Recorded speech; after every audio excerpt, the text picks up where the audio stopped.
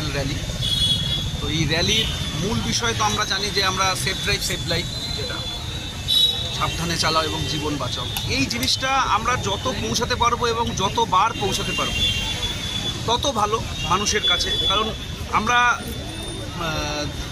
Traffic করতে গিয়ে দেখি যে মানুষ অ্যাওয়ার হচ্ছে কিছু কিছু জায়গায়, কিন্তু তবুও এখনও অ্যাওয়ারনেসের প্রয়োজন আছে, হয়তো আরও অনেক দিন প্রয়োজন আছে। তো আমরা চেষ্টা করছি সেটা অ্যাওয়ারনেসটা সর্বক্ষণে, শুধু জলপাইগুড়ি শহরেই নয়, গ্রাম একদম যেগুলো জিপি অঞ্চল সেইগুলোতেও পৌঁছে দেওয়ার জন্য এই জিনিসগুলো।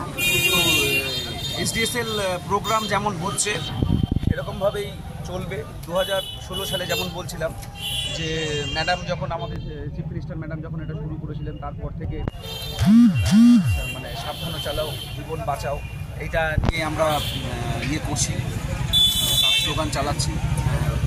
এখন যেটা কি, এখন আমরা জানি যে ঘুমিয়ে আছে সকল পিতা সব শিশুরই অন্তরে।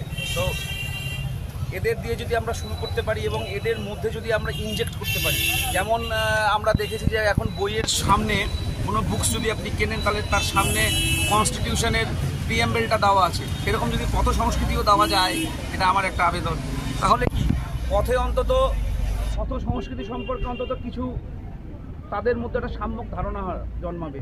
কেন অনেক ছেলেই বাচ্চা এবং তাদেরও এখনও সেই ম্যাচুরিটি থাকে না যে পথ যে এতটা হতে পারে, ভয়ঙ্কর হতে পারে, বা একটা অ্যাক্সিডেন্টের রেজাল্ট যে এরকম হতে পারে, একটা সংসার ভেঙে যেতে পারে বা একটা পরিবারের নষ্ট হয়ে যেতে পারে, সেইটা যেন না হয়, সেটাই আমাদের কাম। এবং সর্বোপরি একটাই, অ্যাক্সিডেন্ট মুক্ত এবং অবশ্যই হতাহত মুক্ত সমাজ, জেলা, রাজ্য চাই।